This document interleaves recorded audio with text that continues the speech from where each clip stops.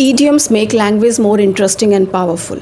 Instead of speaking directly, we can use idioms to express your thoughts in a smarter way. In today's video, we are going to discuss some interesting idioms which make your language interesting and beautiful. Hello everyone, I'm Lalita Sharma. Welcome back to my channel Solution Point with Lalita. Before we proceed with the video, let's have a quick differentiation between idioms, phrases and proverbs. Idiom is a group of words with a meaning different from its literal meaning. यानी कि इसका जो actual meaning है वो बिल्कुल हटके है जो हम बोलते हैं. For example, break the ice. अब क्या लग रहा है हमें? ब्रेक द आइस मीन्स बर्फ़ तोड़ना? No, but its meaning is start a conversation. Another example, raining like cats and dog. अब कुत्ते बिल्ली की तरह बारिश होना ये तो कोई सेंस नहीं है, but here the meaning is raining very hard. मूसलाधार बारिश होना, बहुत तेज़ बारिश होना. Another example, spill the beans, मतलब बीन्स फैल जाना, but here the meaning is to reveal the secret. So these all are idioms. A phrase is a group of words that doesn't have a complete meaning or idea by itself. It is flexible. It needs some addition to make sense. For example, a sunny day in the morning. So it needs a full sentence to make sense. Proverb is a complete sentence that gives advice or a life lesson. For example, honesty is the best policy. Action speaks louder than words. Means what you do is more important than what you say. In nutshell, we can say idioms have hidden meanings, phrases are incomplete ideas, and proverbs give life lessons. In today's video, we will be discussing only idioms, not phrases and proverbs. So let's get started without any delay. Under the weather. मौसम के नीचे. No, it's not मौसम के नीचे, it's an idiom. Under the weather means तबीयत ख़राब होना, बीमार होना, feeling sick. I am feeling under the weather today. आज मेरी तबीयत ठीक नहीं है. He stayed home because he was under the weather. वह आज घर पर रहा क्योंकि बीमार था. She looks under the weather. वो बीमार लग रही है. Piece of cake. बहुत ही आसान काम, very simple. This question is a piece of cake. ये क्वेश्चन बहुत ही आसान है. कुकिंग मूंग दाल का हलवा is a piece of cake for her. मूंग दाल का हलवा बनाना उसके लिए बहुत ही आसान है. This task was a piece of cake for him. ये काम उसके लिए बहुत ही आसान था. ब्रेक द आइस, बर्फ़ तोड़ना. No, it has a hidden meaning and a meaning is start a conversation. He told a joke to break the ice. माहौल को हल्का करने के लिए, बातचीत शुरू करने के लिए उसने मजाक किया. She try to break the ice with a smile. उसने मुस्कुराकर बातचीत शुरू करने की कोशिश की. Nobody is ready to break the ice here. यहाँ कोई बातचीत करने कोई तैयार नहीं है. Means group of people is there and everyone is keeping quiet. So you can say nobody is ready to break the ice. Hit the books. Books को hit नहीं करना है. Here the hidden meaning is start studying, यानी कि पढ़ाई शुरू करना.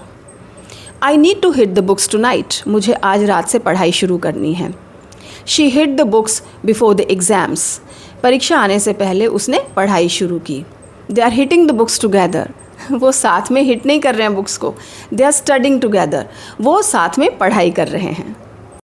Spill the beans. Beans फैल जाना.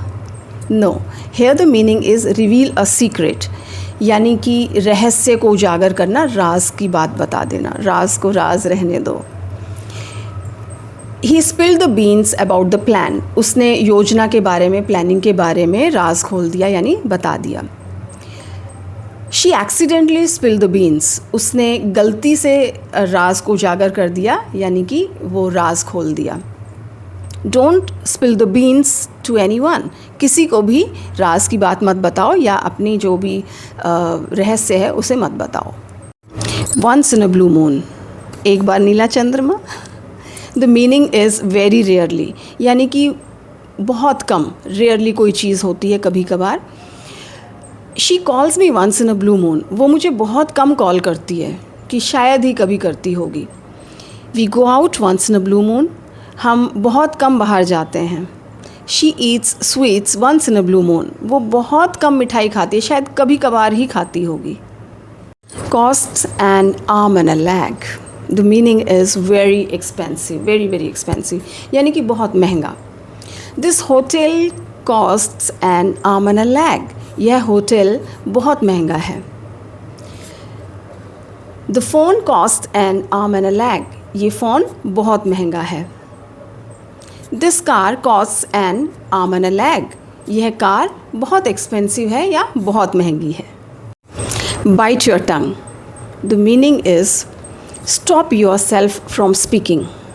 अपने आप को कंट्रोल में रखना, अपने आप को बोलने से रोकना. किसी भी सिचुएशन में अपने पे कंट्रोल रखना कि मुझे नहीं बोलना है. I had to bite my tongue in anger. मुझे गुस्से में खुद को रोकना पड़ा. मीन्स बोलने से मैंने अपने आप को कंट्रोल किया. She bit her tongue to stay quiet. उसने चुप रहने के लिए अपने आप पे कंट्रोल किया, यानी अपने आप को रोका. He bit his tongue during the meeting. उसने अपने आप को मीटिंग में बोलने से रोका, यानी अपने पे कंट्रोल किया. Burn the midnight oil.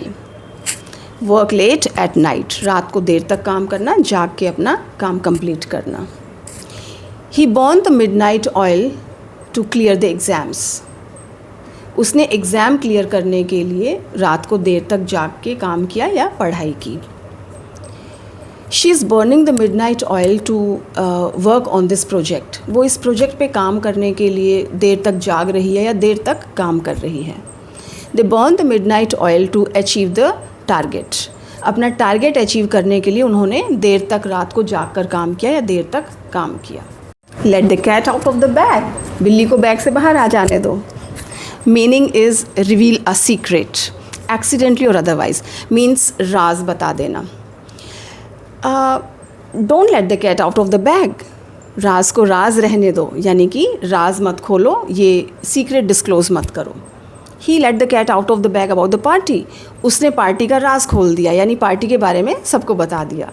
She let the cat out of the bag by mistake. उसने गलती से ये राज खोल दिया, यानी गलती से जो सीक्रेट था वो रिवील कर दिया, सबको बता दिया. Throw in the towel means to surrender, give up or stop trying to do something, usually after failing or facing a difficult challenge.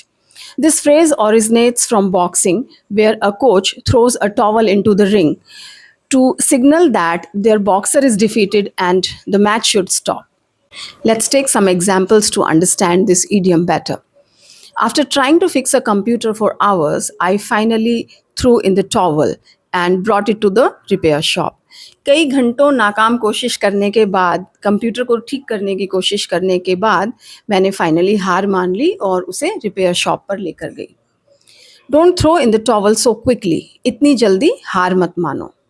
She refused to throw in the towel. उसने हार मानने से इनकार कर दिया. Kick the can down the road means delay the problem. समस्या को टालना. Don't kick the can down the road. Solve it now. समस्या को मत टालो, प्रॉब्लम को मत टालो, इसे अभी सॉल्व करो. They are kicking the can down the road. वो समस्या को बार बार टाल रहे हैं. The government kicked the issue down the road. Government ने मुद्दे को या जो भी इशू था उसको टाल दिया. Spill the T, share gossips, इधर उधर की बातें करना, गपशप करना. Come on let's spill the T. चलो इधर उधर की बातें करते हैं या गॉसिप्स करते हैं. She loves to spill the tea. उसे गॉसिप्स करना बहुत पसंद है. Ram spill the tea about them. Ram ने उनके बारे में गॉसिप्स की. Hit the nail on the head.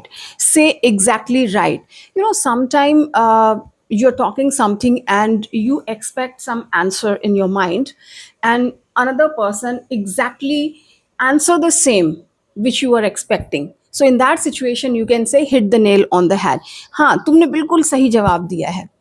Let's take some examples. You hit the nail on the head. तुमने बिल्कुल सही कहा है. She hit the nail on the head with the answer. उसका जवाब बिल्कुल सही था. That comment hit the nail on the head. ये बात बिल्कुल सही थी. Cut corners. To take shortcuts to save time and money. This idiom is used when quality is compromised. जहाँ पे क्वालिटी में कॉम्प्रोमाइज़ है, आप कुछ inferior material बना रहे हैं, inferior quality बना रहे हैं, तो वहाँ पे हम इस idiom का यूज़ करते हैं. For example, the builders cut corner to save the money. Builders ने पैसा बचाने के लिए क्वालिटी में कॉम्प्रोमाइज़ किया। Don't cut corners on your work, अपने काम में जल्दबाजी मत करो। They cut corners to save the money, उन्होंने पैसा बचाने के लिए काम में कमी की या क्वालिटी कॉम्प्रोमाइज किया। He cut corners and made mistakes, उसने जल्दबाजी में गलतियां की। Thank you so much for watching this video. For more such content, please like, share and subscribe this channel. I'll see you soon in the next video. Till then, bye bye. Take good care of yourself.